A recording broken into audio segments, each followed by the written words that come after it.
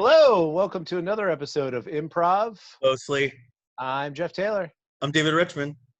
and our guest today is Alexa Sciuto. I pronounced that That's correctly, me. yes. Yes, shoot. I overpronounced it. Sciuto. It's fine. I'd rather it be overpronounced than mispronounced. Okay, gotcha. A lot of people really. I still have trouble spelling it just because I have very mild dyslexia, and when there's a lot of vowels all together like that, I think one time I did Sciitu, like That's like Scoitu. Yeah, Scoitu. That's fun. The way I'll tell people, which isn't very effective, because I'm a language person, and so when somebody tells me about a rule in another language, it'll stick very easily for me. Yeah. But I realize that is not always true for everybody. But SCI in Italian actually is all one consonant, and it makes like a sh sound. Like, so if you were to write the word shell in Italian, it would be SCI, and that's all the ELL. Okay. And that is why that I doesn't look like it's pronounced. In Italian, it's doing its job, but in English, it just looks like a jumble.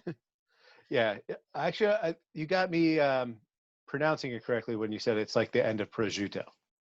Yes. I was like, okay, food, very fatty meat. That's how you get me. So, for the cultured linguists, you can explain the role. But for the Americans, you have to compare it to food. It's like really good ham. Yeah. All right. So, where did you grow up, and where did you go to school? And it'll give us all the deets on that. Background. Okay. People don't say that anymore, right? The deets. I don't know. The T. That's what Generation Z says now. And when my students find this, they're gonna laugh at me saying that. The T. Please spill the tea. Spill the tea. Okay. So the T is I was I grew up in White Marsh, just miles from the IKEA, which it seems to be the landmark that everybody associates with White Marsh. Where's the IKEA? It's in White Marsh. Okay. Sorry, it's right off 43, that the highway that isn't very good at being a highway. The IKEA I know is the one near College Park. Oh, okay. Yeah, that's my old IKEA. If I think of IKEA, that's my IKEA. But I actually live close to White Marsh now. But where do you live? Greektown. Oh, okay. I mean, I'm close to Dundalk. I'm right next to Dundalk. All right, so you're like, Dundalk adjacent. 25 minutes from White Marsh. That's not too far. But I grew up in White Marsh. I went to Perry Hall High School, which you may remember reading about it being shot up in 2012. That Perry Hall High School. That was a fun first day of school. Yeah, my high school has a shoot 'em up nice. story from the 90s. I think it was like when I was a sophomore. It was at a McDonald's after a football game. Some people came through a McDonald's parking lot and shot it up, and one guy got shot. It was mostly just like windows, like they shot out the back of the windows, but one guy got shot in the leg, like a ricochet kind of deal. Oh, Jesus. Yeah. That's how we roll. And that's how we roll at the Crofton McDonald's. Yeah. After the shooting, that school really tried to get its reputation back. I think they're still kind of trying to do that, but we were like a blue ribbon school. Like it was real. Yeah, we were like, we're Perry Hall, and now it's like, that's where. Yeah, I mean, I don't think that says anything about the school itself. It's just when you don't have gun control laws, and teenagers can get their hands on on weapons, then shit happens. Yeah, I mean, the kid just got the gun from his parents. That it wasn't like in a lockbox or anything. Like there was no regulation on having to store your gun properly. And I do agree, if there were some more, at least like some regulation on it, like you can have a gun, but it has to be stored this way, and we have a method of making sure that you do that. You know, I'm not a lawmaker, but I mean, what we're doing right now isn't working. we definitely love this highbrow social commentary here on improv, but on improv mostly. But the important question that I forgot is, what was Perry Hall's mascot? Oh, we were the Gators. The Gators. Okay. Chomp chomp. Chomp chomp. That's what we did. Yeah. There you go. Any Gators Nice. in the house? Chomp chomp chomp chomp. Oh, 3 chomps. 4 That's chomps. Four chomps. Oh, okay. It's like, what time is it? Gator time. What time is it? Gator time. Any Gators in the house? Chomp chomp chomp chomp. Okay. They stole that from Ray Lewis and the Ravens, or maybe Ray Lewis stole it from you guys. He definitely stole it from us. That was ours. Okay. We'll definitely believe The Florida Gators, they ripped us off too. Oh, really? The Florida Gators do that? Yep. Okay. Yep. All right, and then you went to community college first, right? I did. Yep. Where did you go to? CCBC? I did. I went to CCBC, Essex campus. Nice. I also I'm a community college alumni. Nice. And Which one? Jeff is too. So I started off really poorly at UMBC for like almost a full semester in fall of 2005. And then I realized that I was just struggling socially and grade-wise. And I then transferred to Montgomery College, Rockville for 3 semesters. Oh, good for you for like knowing what you needed and like taking care of that. Actually, when I was in high school, I was in honors English and I wasn't doing very well. They didn't recommend me to like go down to standard, but after my sophomore year, I didn't do well. I went to the counselor and I was like, hey, maybe I should go to standard. And then I did really well in English. And so even though it meant like a status drop, like I You a math science person? Not at all. I don't really like school. Yeah, I mean, that's funny. I did something similar too. Like, I was pretty much a straight C student all through. Yeah. And I was in honors classes, and I think it was in middle school though. Like in 8th grade, I asked to be put in a lower classes. I was like, I'm obviously not doing well, even though I was put in there because of standardized tests, and and then I did poorly in the lower classes too because I just didn't do homework. It doesn't matter how easy the class is. If you don't do homework, you're going to get at best a C, and that's if you're acing all the tests. Yeah. Homework was a big roadblock for me. They didn't give homework in standard English. When I heard about that, I was like, sign me up. They didn't give. Oh my God, I needed it. And now, well, we had it like occasionally, but it wasn't like honors English had like big projects and like essays that we had to do, and I was like, I don't want to do this. And so now I was a sped student for math and resource stuff, and then I started doing honors classes. So I was a strange mix of sped and honors. I was honors for English and social studies, and like math, I was like, I didn't finish algebra 2 in high school. And I tried doing it in summer school, and I couldn't do it. So I actually had to drop from algebra 2 in summer school after failing it. So I'm pretty bad at it. Honestly, I don't remember a single thing I learned in algebra 2. In college, I'm sorry we're getting off track, but in college I took like math course just to like fill the requirements, and we did stuff that was a little bit more advanced than in high school, and the environment was better for me. For whatever reason, College Park. But. Nice. Yeah, math. It's like the abstract, concrete mind thing. Like some people are English history people, some people are math science people. I was okay with math. Just science was not. I mean, I guess it was interesting, but I don't know. I was a straight C student, so I don't have. I really liked foreign language, and it kind of sucked because foreign language wasn't a core.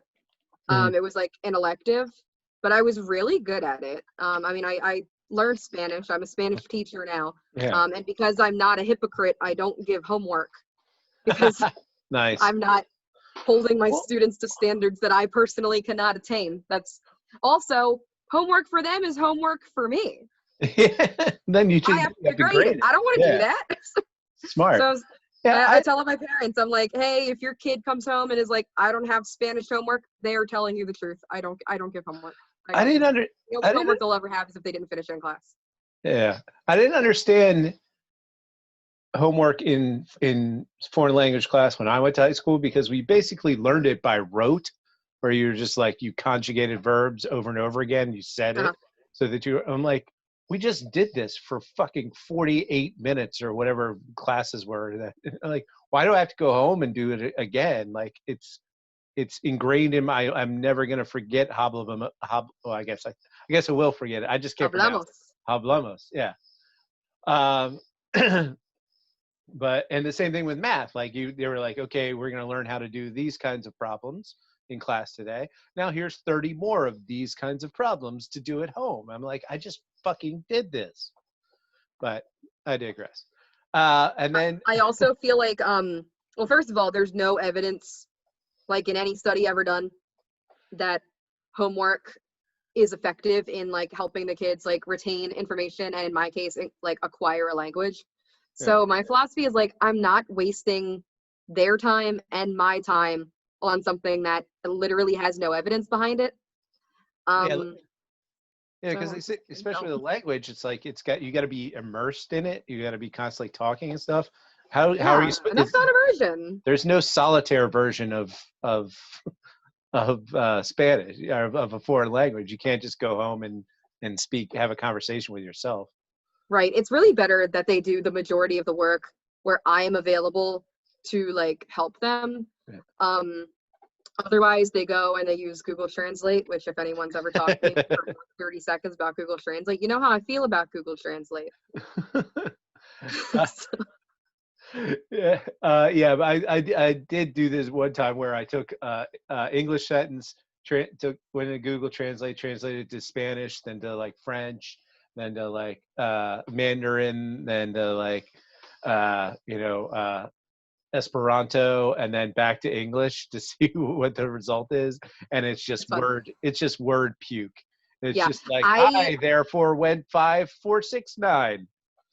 I do that with I do it with slogans and song lyrics, and then I show it to my kids, and I'm like, hey, so by the way, if you use Google Translate, you're gonna sound something like this. Don't do it. They still do it, but I try very hard. I made this TikTok the other day, where I took the introduction to Avatar: The Last Airbender, and I put and that one was fun because it has Avatar, the whole franchise has a lot of like vocabulary that is unique to the franchise and has no other context in the English language, like stuff like Airbender and like Avatar, like those, if you don't know that franchise, those words mean nothing to you, and Google Translate doesn't know those words. So like Firebender became like firefighter, and so the whole thing was like, and then the firefighters attacked. This is a story. This is a story about a fire department. And the Airbender became airplane, and so there was like Aang, the only airplane left, and it was. So it's I made an accompanying PowerPoint, and it got 2,000 views. So basically, Airbender is like the Cars, Airplanes, Pixar franchise. Yes. Because it's firefighters and airplanes. That's actually how Cars came about. It was that Disney put Avatar through Google Translate, and they were like, hey, but what if? Yeah, I had this weird idea today when I was going out to get breakfast about every time you have a science fiction, like a different planet, it's always in the future on that planet. Like they have spaceships and laser guns. I was like, I want to live on I want to have a show or a movie on a different planet, different galaxy, but it's like the 1950s. Only they got it right, and there's not like racism or sexism or everything is just like a utopian society, but they still have like normal human being problems. That was right. I thought about that. I was like, that's a great idea, and then later I was like, that's just that's probably a stupid idea. But maybe if I put it through Google Translate a couple times, it'll come up with something interesting. If Google Translate is good for anything, well, there's one thing it's actually good for, and that is, and if my kids are listening to this, take this with a grain of salt, because it is the only thing Google Translate is good for. It is good for taking some Spanish text, not good for the translation, but if you use the text to speech, it can show you how to pronounce it. That is the only good thing. That's the only thing Google Translate will have like a 100% track record. Isn't it good for just like one word? Like if you don't know what a word means? It can be. It depends on the word. So, for example, the word taco in Spanish, it means two things. First, it means like the taco, like the food you eat.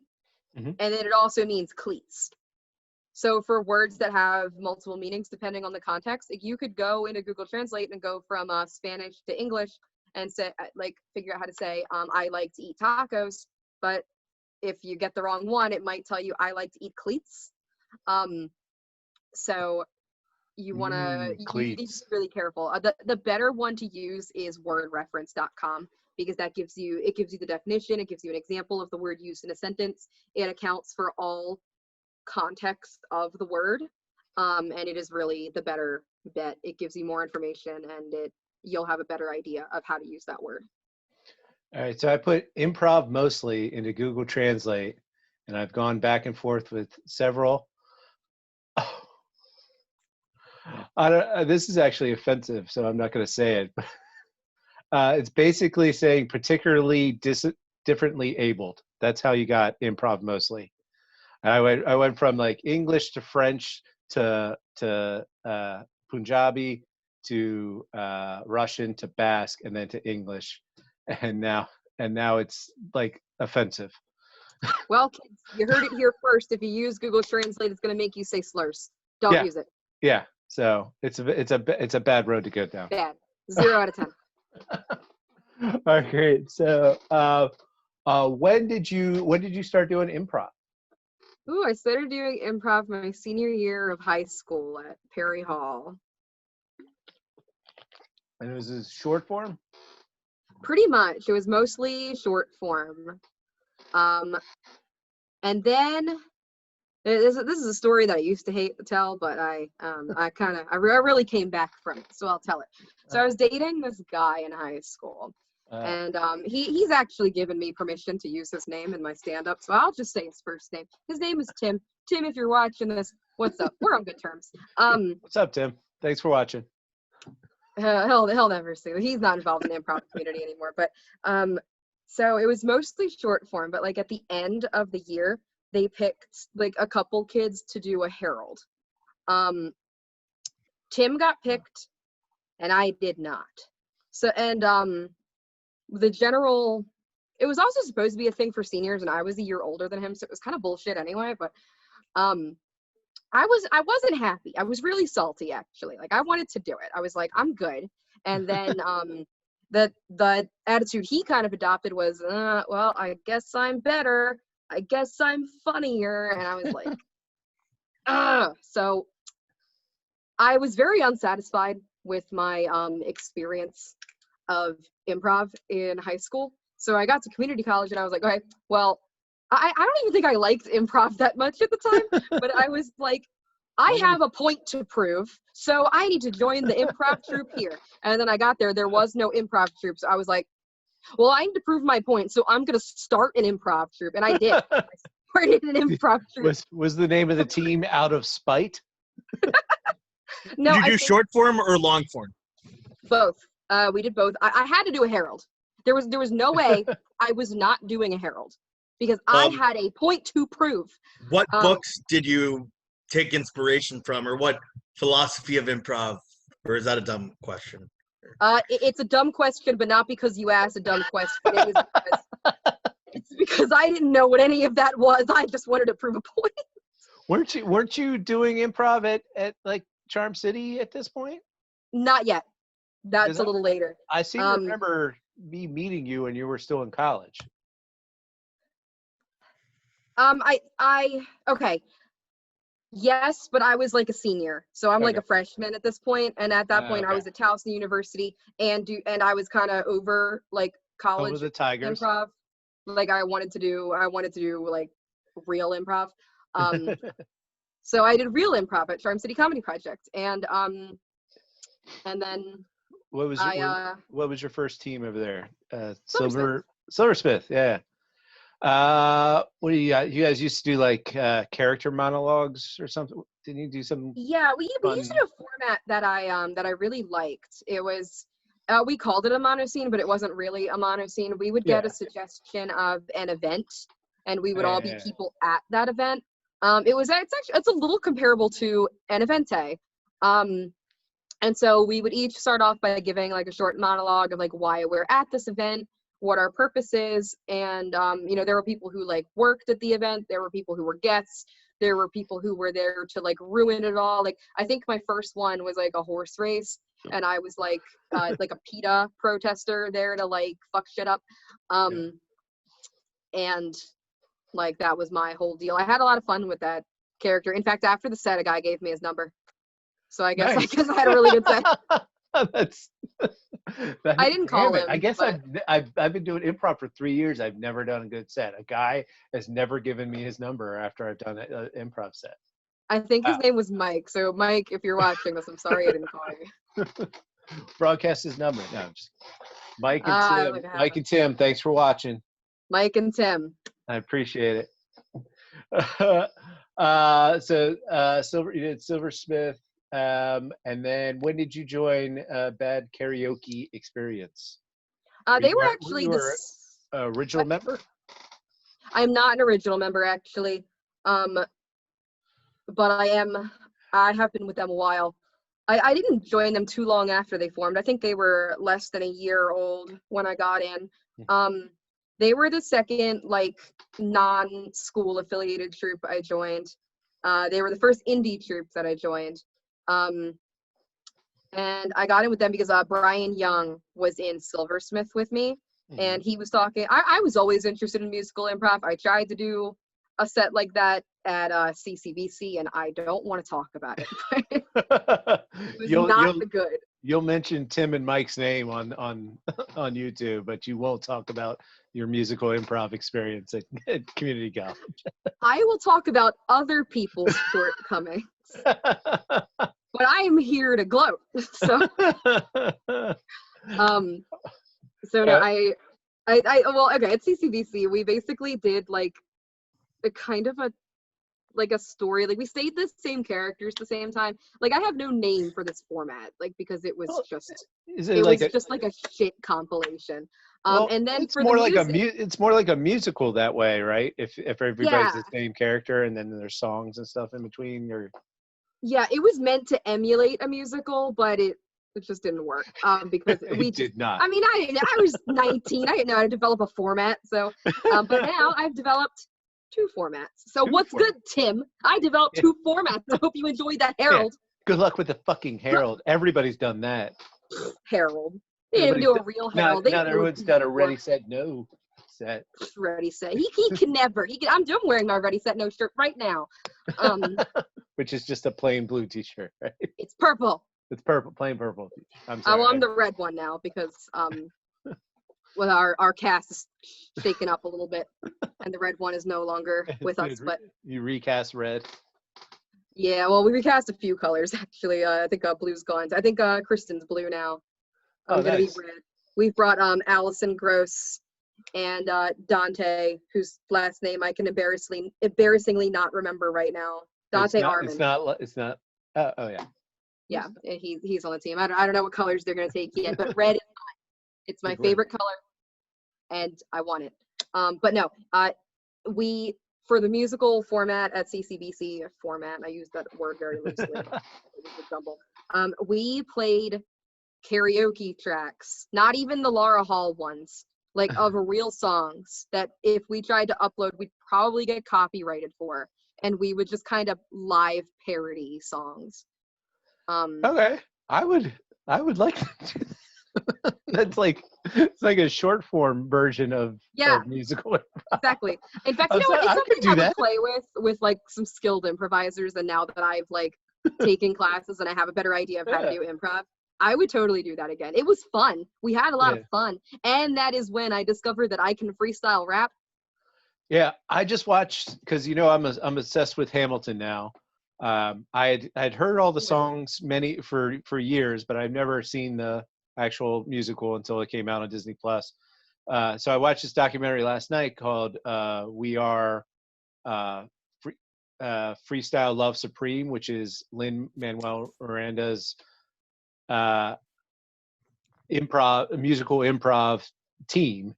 And they like went back and did shows after Hamilton got big, and he would just show up, and then everyone would go ape shit. But it sounds like it could be a lot like if you had actual talented people or people who were into it, like maybe community college short form people probably may not be 100% committed to Oh improv, yeah, commitment was a big thing. the way you have to be in musical improv, especially because that's like 200% commitment required. Yeah, no, there was actually a situation in my community college troupe where now I wanted to be very inclusive about it, even if people like weren't that good yet, because honestly, if at that point in my improv development I was like, you're not good, I wasn't good enough to even make that evaluation. So and I was really like, we're doing this for fun.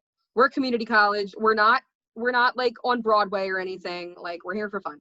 And there were 9 people, I'm pretty sure. And like, then that's the whole club. We couldn't even divide into 2 troops if we wanted to.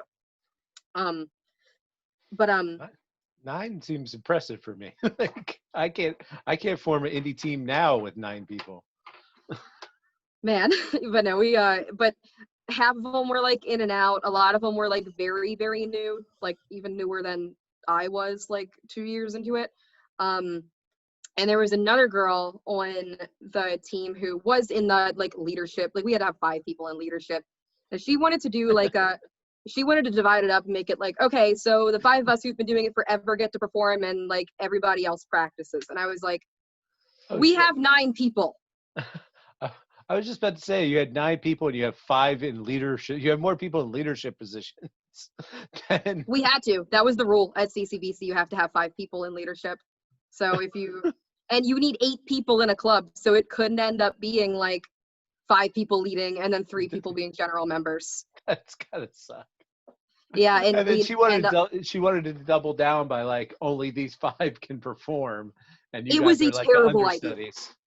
Like, it was an awful idea. And I said, I was like, if we do that, the club will fall apart. And then I graduated, so I couldn't be president anymore. She became president, did it the way she wanted to do. Oh, and guess what happened to the CCBC Improv Club? They didn't have 8 members anymore. That shit don't exist anymore.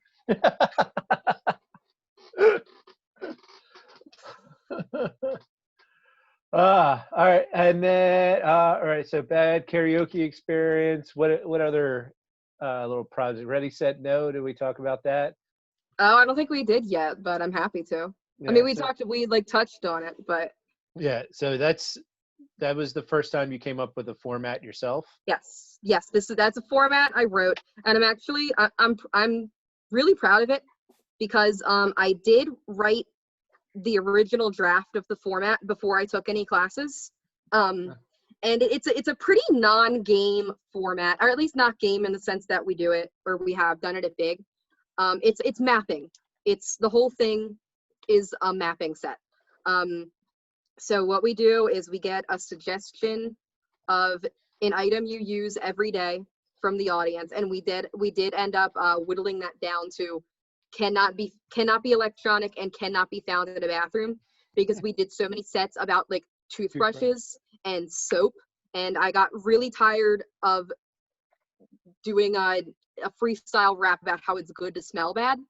So and then electronic ones are just hard because they're so like broad, like or they're very narrow. So like we would get like a phone charger, or we would get like a laptop. A laptop is very broad, a phone charger is very narrow. So we are looking for like non-electronic items that also are not hygiene items. And then since we did that, we've had really good sets. Yeah, I can attest. I got a personal performance by Ready Set Yeah. Now. I was the only person that came. That's not true. Michael Furr was there, but he was hosting, and you guys did a 25 minute set about my shoehorn. That's right. Because I use a shoehorn because all my shoes are already tied, and I just put them on and use a shoehorn because I'm lazy. But it was it's a very fun idea. It's kind of like an assembly, right, where you're like, yeah, tell the kids the evils of shoehorns or toothbrushes or right. We basically make an anti-marijuana campaign, but it's an anti-TV remote. I'm looking at TV remote. Actually, we couldn't take that because that's electronic. Like anti-hairbrush, like why hairbrushes are bad.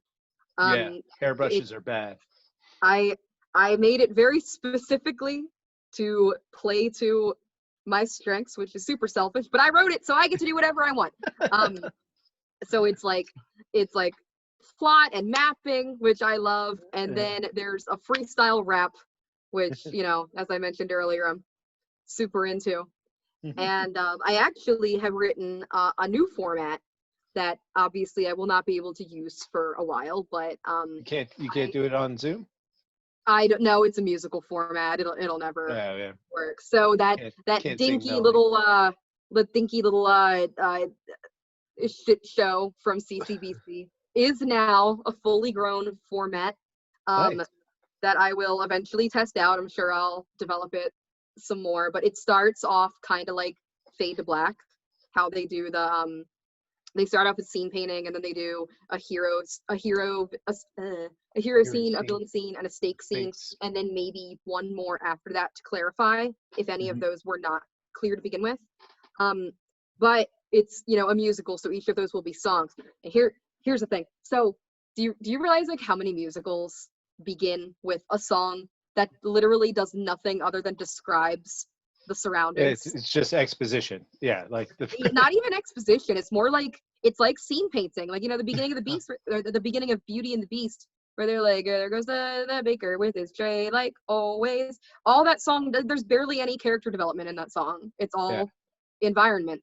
It's scene painting. And so I developed this format that it begins with scene painting, except everyone takes like 4 verses of like a tagline song and is just like, here is what's here in our location. No characters. I'm telling them, do not develop a single character. Don't do it. Not yet. Save that for the first 3 beats. Just establish where we are. And then after that, it starts to look like Belly of the Beast. We can do like whatever we want until we get to like some big conclusion. And in 2022, it's going to be the best thing you've ever seen. It's going to be Saturday night runs do you have a name for this format? A name? No. Right now I'm calling it Ready Set No's Ugly Sister. I may have a suggestion for you because I went into Google Translate and I typed hero, villain, stakes, went through a bunch of different languages, last one being Scottish Gaelic, back to English, and it came up as the divinity of the wicked. I think that's I love it. The divinity of the wicked. The divinity of the wicked. That sounds like a best-selling novel. From hero, villain, stakes. That's great. Kids, if you're still watching, don't use it. That's all I'm going to do now is just type in random words, filter them through Google Translate in like 4 or 5 different languages. It's going to be 6, like 6 degrees of Google Translate. It's fun. It's like the ultimate A to C machine. That's like A to alpha. Yeah. You're on a whole different alphabet. Awesome. Alexa, is there? Oh wait, we're not done yet. We're not done yet because then you got on David Bowie. Is that your next team? Yes. How did you know that, Jeff? Because I'm on David Bowie. What? Wow. Yeah. We just had practice Thursday where we did a fucking ape shit mono scene. That was weird. Wait, that's so cool. You guys still do like committed practices. I wish my team did. Yeah. I mean, I don't think anything's official right now. If you wanted to start a new team, you probably could. Yeah. I love my team. It's just we're just not practicing in person, so we just stay in touch and talk. Yeah, I mean we were doing that for a little while, and then we decided, like, I started taking a class at WIT. My last class is coming up this Monday, but it was like the first time I'd done improv instead of talking about improv and talking about improv theaters and all that. And it reminded me of why I do all that other stuff, why I do this podcast, why we're having all these Zoom calls to try to fix the issues at Big, and because improv is fucking fun. I don't care. Wait, what's your class that you're taking? It is scene work or scene study. It's like kind of Jordana. Yeah, Jordana. Isn't she great? She's awesome. Yeah, it's like she side coaches. Does she side coach online? Yeah, a little bit, but she tells you. I mean, she's like, she's my friend. Yeah, I love her. It's awesome. Like, it's kind of an intermediate class, but it's fun to, like, there's like 6 of us, so you get plenty of time too. It's cool. Is it all DC? Is it mostly DC people and you? Yeah, and except there's one guy who's in Texas. Oh, that's cool. Yeah. Yeehaw. Yeehaw. Yeah. WIT is where I started. That's my home. Are you guys focusing on game right now or not really? Not. I mean, it's kind of, we're just focusing on specific aspects of scenes. Like, sometimes we did games, sometimes we did character stuff. That's another reason why I liked it. It was kind of a all-encompassing, just I gotta get into one of those other classes while I gotta do one of those other classes while we don't have to travel to go to them. Yeah, like, I've been trying to get in Will Hines' class. He does classes every week or every couple weeks. He does workshops, and he has other people's. I signed up for one class, but it was the last day that we did Herald Night, and we didn't know till like the day before if we were performing or not. So I had to, like, back out. But I think didn't I host that Herald Night, or was I hosted one very close to the end? The end. It's not the end. It's just a pause. Well, the end is of last time. This is the end. All right. So, is there any one aspect of improv right now that is like? It's so hard for me to word this question. If I can sound like a nerdy white person for a second, that's your jam lately, like, that you're really into, like. Like crazy characters, or definitely character. I've always been into character. That's why I liked that format from Silversmith so much, because we all came up with a character. We started doing Herald, and I was like disappointed. But yeah, I don't feel like there's a ton of opportunity to do Herald, at least not like with the focus being so much on game. You mean character? Yeah, like character development. Like, I'd like to do character games, and I've been watching that new show on Apple TV, Central Park. It's by the same animators of Bob's Burgers, and it's a musical. If you haven't watched it yet, I highly recommend it. I think Apple TV is the one streaming service I don't have.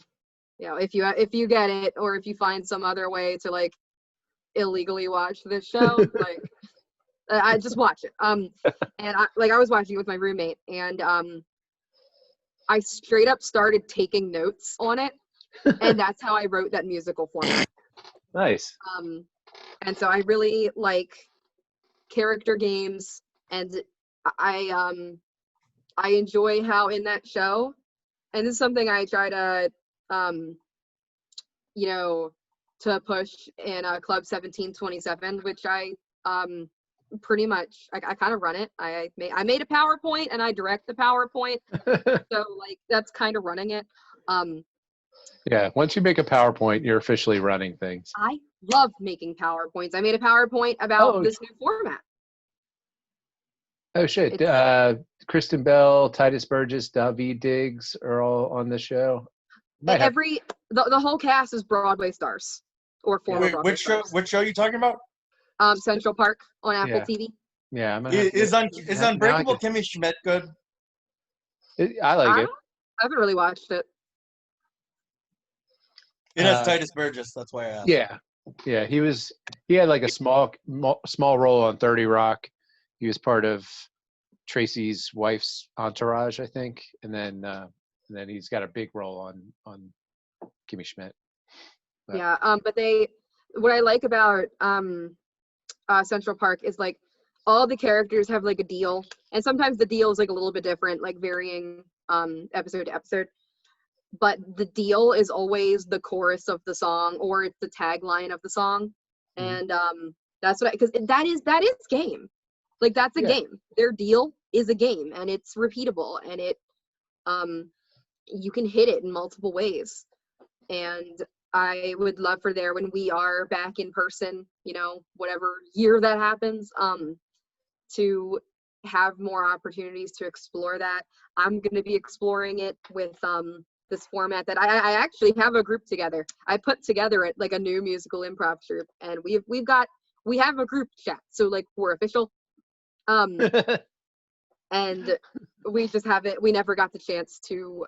I was gonna do it over the summer. That was my plan because I was doing a ton of improv in like before we shut down. I also teach full time and am in grad school, and I run my own project. So I had no time to start a new project, and I was just accepted onto Herald Night. What's good that one Herald? I'm on Herald Night.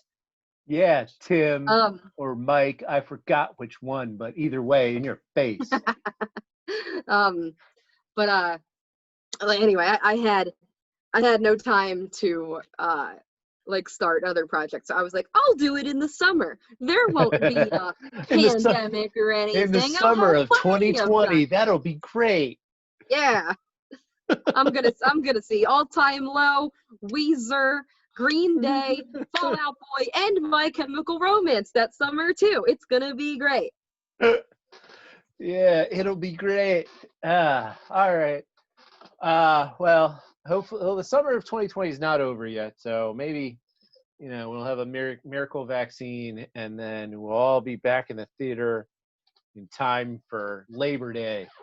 I would love it. And then you as a teacher get to go back into to actual classrooms. I miss my kids a lot. I don't think I just want to be on the record. I don't believe that's going to happen, but I mean, I do think there will be a vaccine. I just don't think it's going to be in the next month and a half. Dr. Anthony Fauci, knocking on wood, is cautiously optimistic about January. That works for me. Let's just punt. I'll take it. Let's punt 2020. It was dumb year. Yeah. Look, I really gave people shit for the few people, because right before 2020 everyone was like, yeah, a new decade, and there were a few Scrooges who were like, well, actually it's not a new decade because there is no year zero. And so the 2000 was a big, that was even like a bit on Seinfeld, like the beginning of the millennium's 2001, not 2000. So technically 2020 is the last, but I mean, I think we've universally accepted that decades all have the same, they go from 0 to 9. But like when people were, I would like, if people would do that, I'd be like, you're just ruining everyone's fun. But you know what? I think I've decided that they're right. This isn't the new decade yet. Or it's a decade. They were right. 2020 is probably a decade all to itself. So we have like 2010 to 2009, then 2020, that shit show, and then moving on to the 2000s and 20s starting next year. And then 2020, we're just gonna brush that under the rug. It's a one-off. Hopefully reestablish a pandemic response team under hopefully a new commander-in-chief. That would be great. I just can't imagine what would happen. All right, we could talk all night about the disaster that would happen if Donald Trump was reelected. But we have weird Rorschach test style questions for you about the ink blots. Yeah, it's not. Okay. They're like personality test questions from Inside the Actor Studio. It's a TV show that was on before you were born, probably. Um, 96. So. No, yeah. So you probably could have caught it as a toddler.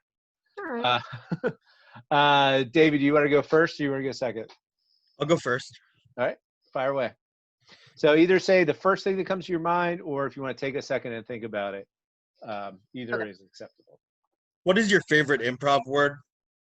My favorite improv, like for a suggestion or Just word, term, anything about improv. Like the suggestion I give is Jess Mishak said play, because she enjoys that we say, can I play in with you guys, or do you want to play in with me? And she thinks that's cool. okay. I think my favorite concept of improv is beats and like Beats. repeating them. Like Yeah. I like that there's something that can be established and that thing is so strong that we can do it again in a different way. That's a very good answer. I like that too, because I love second beating someone else's first beat. Mm-hmm. Like it's like especially when they're like, because it's almost like they did all the hard work of doing this establishing first beat, where they set up a game, they got a justification, they did everything for you, and then you just get to play around in this world that they created. Yeah, I also enjoy take it to a different world. Yeah. I also enjoy the opposite, where like I go in and I establish the game, and even if I don't do it great, like that scene ends and then somebody else second beats it and like does it well. Like even if they did it like better than I did, like I'm not salty about it. I'm more like, all right, so even though maybe my scene wasn't that great, but like my game was good and it was good enough to be done well another time. Yeah, it's a great compliment when someone like in second beats like wipes the scene, confidently, and then starts a second beat that is a second beat of your first beat, because they. Hey guys, I apologize. I need to step out for a sec. Okay. Okay. Is that okay? Yeah. Just turn your video off, or you. Yeah. Okay. No, I'll just turn this video off. That works.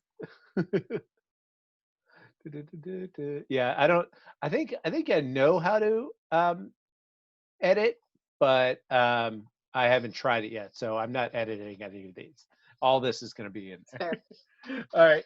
Your next question is, what's your least favorite improv word or term or phrase? Belly of the beast from the Evente.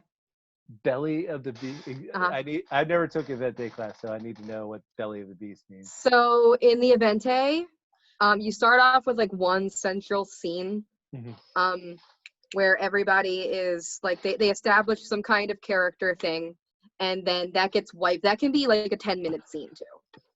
It gets wiped, and then the belly of the beast is basically callbacks, except it's callbacks to like people's character deals. And the reason I hate it is because I hate nicknames for body parts. I just hate them. Belly? I would belly? Yeah, I hate it. I would call it a stomach or an abdomen or a midriff. I hate it. You like midriff over belly? What about tummy? That's worse. That is my least favorite word in the English language. I hate it. Tum-tum. My tum-tum. I hate it. We did rap protest. I remember we were trying out this group game format where you just come in and everyone just starts talking, but always as the same character. And Jeff Toppy started it, and he would always end his sentence, because it always makes me feel weird here, my tum tum. And then everybody had to end their little monologue with tum tum. I'm very sorry, but I would have ruined that game. And I'm not saying I hate it. I hate it so much. It's midriff.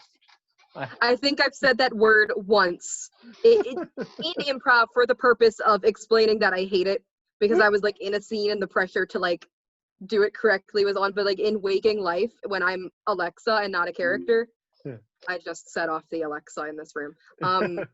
Alexa, stop. Alexa, stop. But I in my waking life, I cannot, I physically cannot make myself say it.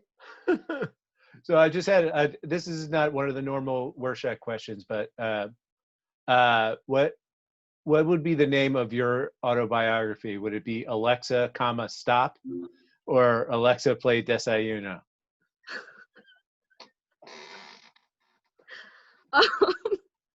So Do I have to pick between those two, or do I make up my own answer? No, you can make up your own. Okay, so but you could also use either one of those. I'm not. They're in the air supply. So my there was this one time I was with Toe Money, and we were having like a holiday party, and we were playing that game Say Anything, where you have to like answer questions like on a whiteboard, and the person who asked the question has to pick their favorite answer. And so one of them that I had was name my autobiography, and they came up with some really funny ones, and this really. I just thought of that when you said Alexa stop. I didn't know this was a real thing. No, like this was a real thing that I've pondered because of Toe Money. And the choices were never been wet kissed. Oh. That's like saying tummy to me. That's wet kissed. Yeah, I don't like it either because I hate spit. I hate spit. And so like that's like a joke they made about that. So that was one of the titles, was never been kissed. The next one was I am a 2, which I'll explain. That is the Kinsey scale on like your okay. Where zero being the straightest and 6 being the gayest. At the time I had identified as a 2 on that scale. I think now I'm like a 3. And a nice even balance. I like my men like I like my women. There's no more to that joke. Anyway, so that was the other one. The other one was electual, which is just my name, but also with the word sexual. Yeah. And I forget what was the last one. Oh, I think it was little gay boy.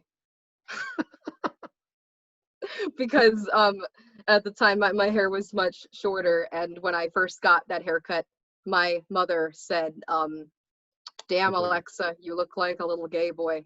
Yeah. So if I had to pick between any of those, well, I'm not going to pick I'm a 2 because I'm not, I've evolved since then. I'm not gonna pick never been wet kissed because that's disgusting. And I would guess not true. I don't want to answer that because my students could find that. Yes, Miss Sciuto has never been kissed. Oh, never been kissed. Already been taken. Already, it's I'm a child of God. I'm a child of God. I will not kiss until I'm married. Good for you.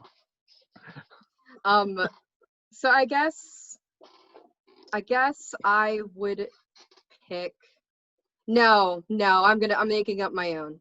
Okay. It would be called shoot posting.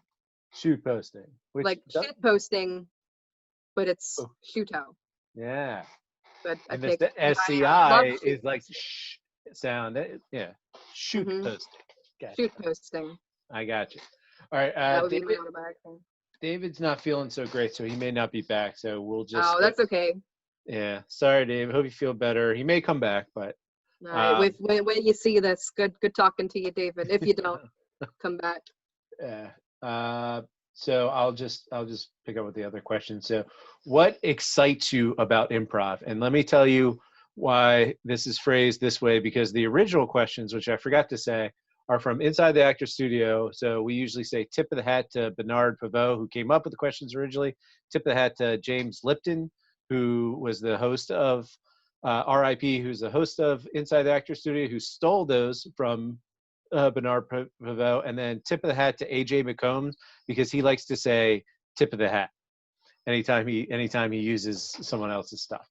But the original question was, what turns you on about improv? And I thought that was gross, but I always seem to mention it when I'm explaining. So I changed it to, what excites you about improv?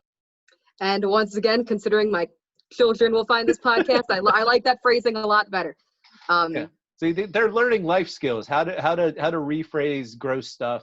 Yes, that's part. I run an improv club with them, and if they say something inappropriate, I'm like, all right, can you like rephrase that? Yeah. Here's like an example of that. New choice. And as I previously expressed, I am waiting until I'm married to get turned on. So, anyway,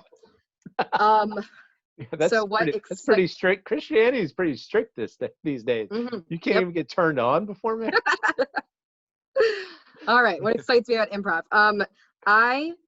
One of my favorite performances of my own was actually in one of Michael Furr's improvised plays, and I think it's kind of a tie between two different nights of two different plays. So the last one I was in was like an alien invasion, and my character was a priest, and my whole thing was like the whole time I was skeptical about the aliens, and also I wasn't a very good priest. I was very money hungry, and I was like, that sounds about right. Yeah, I'm a child of God. Anyway, I was like, was not like extorting. What is it when you like steal money from your job? What's that word? Embezzlement.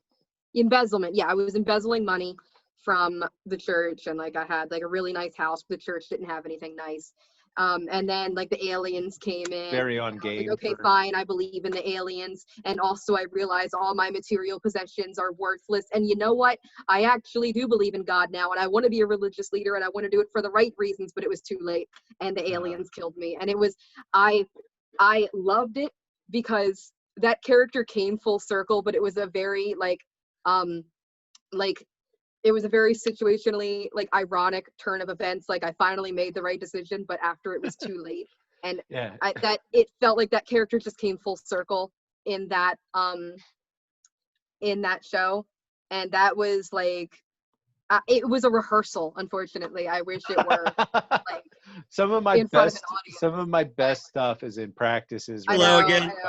David's back. Oh, hey David, you're back. Let's turn your video back on for you. I hope you're feeling better. Sorry about that. It's all right. No worries. That was like that was one of the performances that I think I was most proud of ever.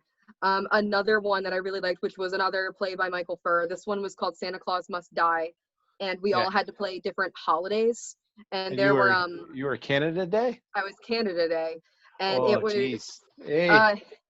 Oh my God, one of my favorite lines that I did there. Now that one I cracked a lot of jokes, which I know you're not really supposed to do in improv, but it was also very rehearsed. Like we did the play a couple times, and I got to like make some jokes that I like in practices that I knew would work on stage, which I know isn't like truly improv, but it was kind of a mix anyway, so I don't feel too bad about it. And one of my favorite ones was another character was Talk Like a Pirate Day, and he was like, if you want to talk like a pirate day, you get a free dog from Krispy Kreme. And I was like, I would never humiliate myself by talking that stupid, eh? And stupid, the audience really liked that one. I wore like a red flannel with like some white suspenders. They were Canada colored. The night before the play, I found a hockey stick in the prop room, and I was so I found a hockey stick? You were so excited. It was one of my favorite characters. I feel like it was strong, and I never got to go like full circle with it like the way I did with the priest, because it wasn't a very serious play. It was very silly, and yeah, I was on the poster for that, but I never actually performed because you should have done it. It was so much fun. Yeah, I was supposed to be in both of those, but it's like I don't know, like it was, I always had that's when I was doing improv like 5 nights a week or sometimes 6. And yeah, it was before I was on Herald Night, so that was nice, but I did kind of pause it big for a couple weeks because I'm gonna be honest, I'm about the characters.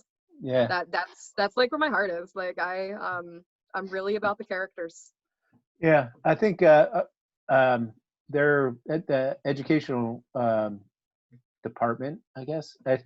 Hartwell knows they have a committee. They're talking about how to redo the curriculum, and I think that would be a very good, having some character stuff. Because I just went ahead and started doing characters, even on Herald Night, and yeah, like because like you said, character can be a game. Like that's your it can. their character's philosophy is a game philosophy, and again, you can pull justifications from that because I don't believe in uh, beauty is skin deep, so I in that I play, put a bunch of the beauty. alien play, there were so many things that I did as the priest that I justified by being like, not by directly saying it, but in so many words, I'm a money hungry priest, so this is what I do, or this is a thing I did, or this is how I'm reacting to these aliens. And like there were so many, like it's like having 10 philosophies at once. Like I'm money hungry, that's like one, and then I'm a religious leader. I'm also a fake. I'm also a skeptic. Like there are so many things that like you're not locked into one justification. You're not locked into like one repeatable thing. When you get good enough at game, you can juggle a couple different philosophies and a couple different justifications, and you can have a extremely well-rounded character. And I would love it if we did more formats that not just allow that, because I know you can do it in the Herald, but the Herald really highlights like game, like in the sense that it's just one thing. But I would like to see more formats. We'd like Evente, like this musical thing that I want to do, where it highlights character and really enables you and encourages you to do the character stuff. I would like the character stuff in, not in every single case. I want to learn other stuff too, but I would like character to be the goal and not just a choice you could make if you want, is what I would really like. Yeah, I kind of like that character as a choice that I like that we we were forced to do game and premise based stuff as like a baseline, because once you get that even a little bit, like that's kind of something that you can always go to, but you can put characters on top of game and premise, and then you can start messing around with organic improv and stuff like there's there's no one right way to do improv, right? And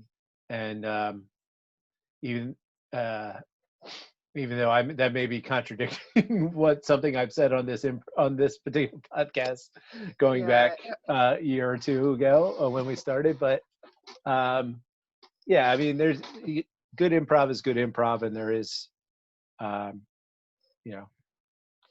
and I do want to be very clear. I'm not anti-game. A lot of people, like when they hear me like talk about stuff like this, they think that I'm like against game and against like how big has been. I'm really not. I like game. I think it's a great tool.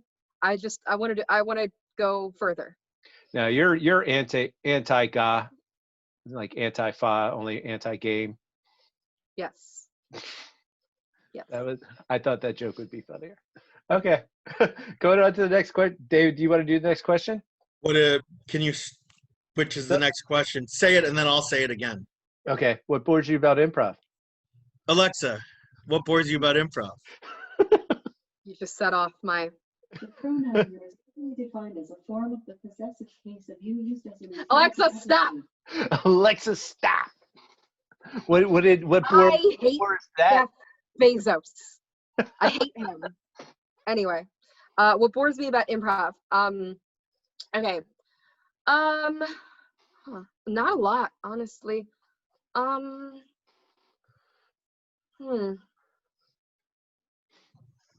I guess something that bores me about improv is if I am watching something that I don't get. Like if I'm watching a show that's a format that I don't know, and I don't know if they're doing game, I don't know if they're doing character or plot or whatever. That would probably, like if I can't follow it, which happens less now that I know more formats, but there have been when I got into improv, I'd be watching some people do some things. I'm like, I have no idea what's going on. I'm gonna be honest, I'm kind of checking out. Yeah. I think we talked to Sheikah about this. Sometimes it's when what's going on. They're like, okay, they just hit the game again. Now they're gonna rest it, and then they're going to hit it again and then edit. And like sometimes when you know exactly what's going to happen, it's not as exciting Yeah. as if you're like, holy shit, what? But also sometimes you can be like, what the fuck are they? I don't, it's not a good feeling to feel lost. It's not a comfortable place to feel ready to laugh. I've learned. Yeah. Yeah. I've I mean, definitely now that I like done know, shows like that where we're like, especially like knob hands, because we did this weird like sound and movement transitions in between each scene, and people were and like shows at Zizimo's where some drunk guy in the front row was like, what the fuck are these little artistic didn't a drunk guy at Sisimo's try to like join your set once? A drunk young lady tried That to. was a woman. She tried to tag out my wife in the scene, which was I think Kate, maybe. Oh no, this was not hand. So it was like Robin maybe, but she's like you're not his wife anymore. I am, and then tried to do the scene with me, and I was like, that's not how this works. You're gonna have to take a seat now. Oh my God, that was terrible. That woman was there with her boyfriend and her daughter. Uh-huh. She brought her daughter into Sisimo's. Her daughter was 15. Yeah, you probably should say that. Oh no. It's all right. Nobody listens or watches this. I mean, it's been a long time. Yeah, that's not a regular occurrence. This whole night was a out of the ordinary occurrence, and it was appropriately handled by staff. Yeah, at the bar. The woman and her boyfriend were very drunk. The daughter was basically like their chaperone because they were like two drunk toddlers running around Hamden. I felt so bad for her. She was like crying. Yeah, and like apparently they almost got into a fight in the street afterwards because the guy tried to steal somebody's Uber because he thought they were stealing his Uber. There was all I saw the whole thing. It was there was this lesbian couple who they had ordered an Uber, and then he tried to get in the Uber, and the lesbians were like, "This is our Uber," and he was like, "Fight me," and the lesbians were like, "Okay." Okay. And so all the guy improvisers and stand-up comedians went to go control this guy who was about to fight these lesbians. All the lady improvisers and stand-ups went over to comfort this poor crying 15-year-old girl. It was the mom's throwing up outside of the marketplace, the food market. Yeah, good times. But any staff involved, I want to be very clear, handled the situation well. Yeah. And it was not their fault that the girl got in the bar. Yeah, and it was also the old configuration where like if you were in your seat, you couldn't get out of your seat without like walking across the stage anyways. Yeah. So it would have been hard to like go in and remove them without completely stopping the show. And so they waited until at least the set was over, and then they were like, you get the fuck out of here. Yes, they were removed from the bar. I do remember that. Yeah. I remember because the lady who tried to do the improv scene with me was basically crying, drunk sweat crying, that like, they're like, as she was trying to get her tab at the bar. It was bad news bears. The point I want to drive home the most is that the bar handled it perfectly. They except at the very beginning when a 15-year-old came in. All right, well, you said that one, not me. So no, but I mean, she was clearly the most responsible one out of the three. Yeah. So the next question, we're gonna have to start going a little faster on these. Sorry, because I gotta go to a socially distant birthday party in a little bit. What noise or sound in improv do you love? Noise or sound? Or sound in improv. I don't know if this counts, but I really like when somebody like does some kind of action that would merit a sound, and it's somebody backline times it perfectly. Like like this, and then someone else is like ding dong. Yeah, Yeah, or like if they throw something on the floor and somebody like stomps their foot in like perfect time. One that was really funny was, I think Jeff, I think you were in the set with me. It was the movie Caucus. And someone slapped somebody else, but then the other person forgot to clap. So somebody on the back line clapped, but they were like too late. And so somebody else justified it and was like, wow, that slap was so strong, it broke the sound barrier, which was funny. But yeah, no, that's my favorite. That is my favorite sound related improv phenomenon, is a good timing of backline sound effects. So you might have developed noticed a pattern going on here, but David, do you have the next question? Yeah, hold on. Wait, what was the last one? But, sorry, my noise or sound, but you're doing the. Which one do you hate? Yeah, what noise or sound in improv do you hate? Probably belly or tummy, right? Yeah. Tum tum. Yeah. Yep. hate it. Okay. Yeah. It's such a or weird. Screaming. I don't like when people scream. I'm like, yeah. It's only fun for the people on stage to be screaming. The audience is like wanting to die. Okay. What art form would you like to try other than improv? I should probably get more into sketch at some point, because like I've done improv, obviously. I've done stand-up comedy. Sketch is the only one that I haven't like delved into too much. I took a sketch class in the beginning of. I thought you were in Kim's class. I saw you were on the drive. I was, and then I accidentally missed one because I forgot, and then I got back in, and then I missed another one, and that was like the second to last one, and then I was like, I'm not gonna waste Kim's time anymore. Yeah. That was I was in the Monday section of that class. It was a really good class. We did. Yeah, it was good. I'm like sorry that I kind of flubbed it, but at that point before certain things were revealed, I was like, all right, well, at least I financially supported the theater in a time of crisis. So. Now you're just completely regretting it. No, just kidding. Well, no, I thought it's a good class. You should try it. Because we actually Kim got some of her. We got a group of actors together, and we filmed some of the people's scenes on Zoom. We're still, and then Kim had to go get married. Congratulations, Kim and Ben. Congratulations, Kim. I saw that. And so we're gonna once she gets back, we're gonna film the rest of them, and then we're gonna put it on a YouTube channel or something. Oh, fun! I'm hoping to do something like that with my students if we're online for the improv. I run an improv club at the middle school. Sorry, we're just sending a work text. No, you're good. All right. David? Yes, I believe.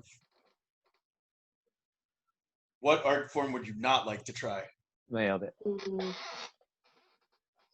So, I don't know. There's a lot of art forms that I really like performance art. Yeah.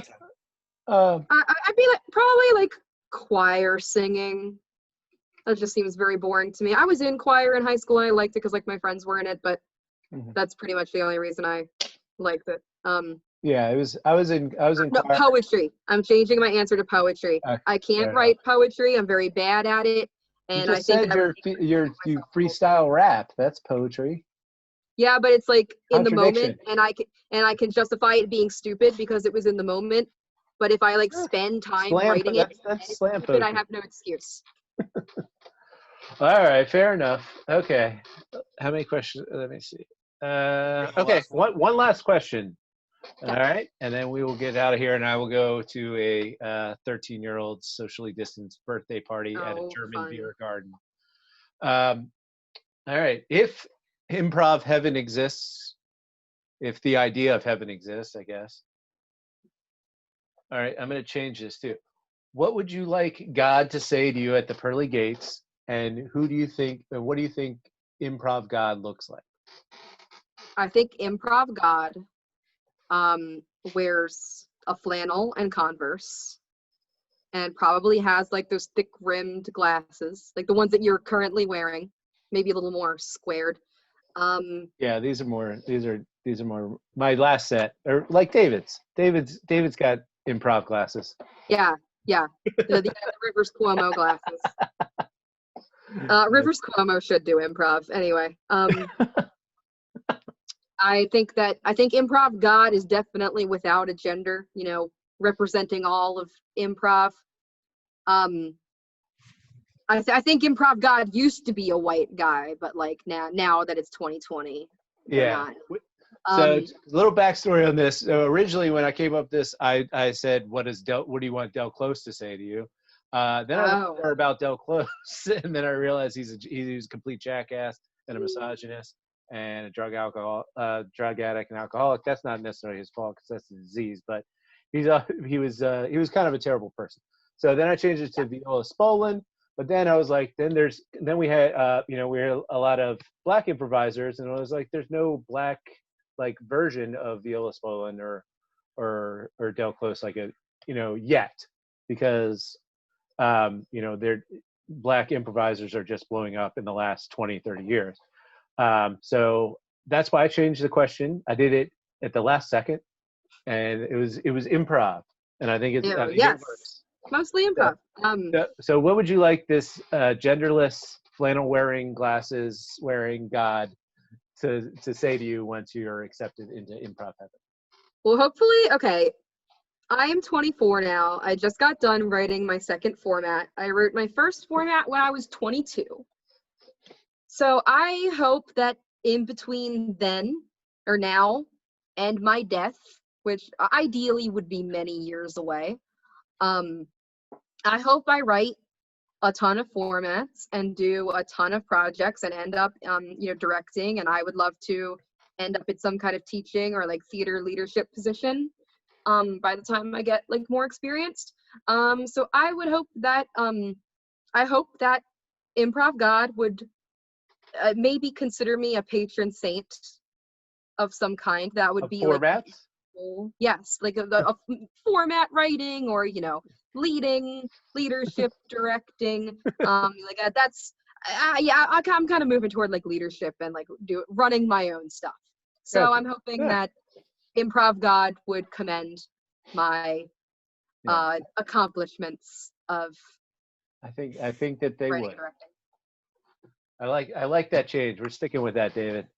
Amen. What does your improv God look like, and then what would that works. Excellent. See, we've grown even in just this podcast. And I'm now so comfy I could just leave in the middle of it. Yeah. All right. Well, that was a very fun episode. Thank you so much, Alexa, our guest. This has been Improv. Mostly. I'm Jeff. Oh! Can I plug Ready Set No's Instagram? Plug away. Please follow Ready Set No on Instagram at Ready Set No _improv. Okay. That's it. That's it. We don't have any shows because it's pandemic. Follow our Instagram. David Bowie might have a show in the next couple of weeks, but we'll plug that later. Where? Brian Shea's Improv YouTube channel. Huh. We've just been doing indie shows. We just started last week. All right, so we'll do this again. This has been Improv. Mostly. I'm Jeff. I'm David.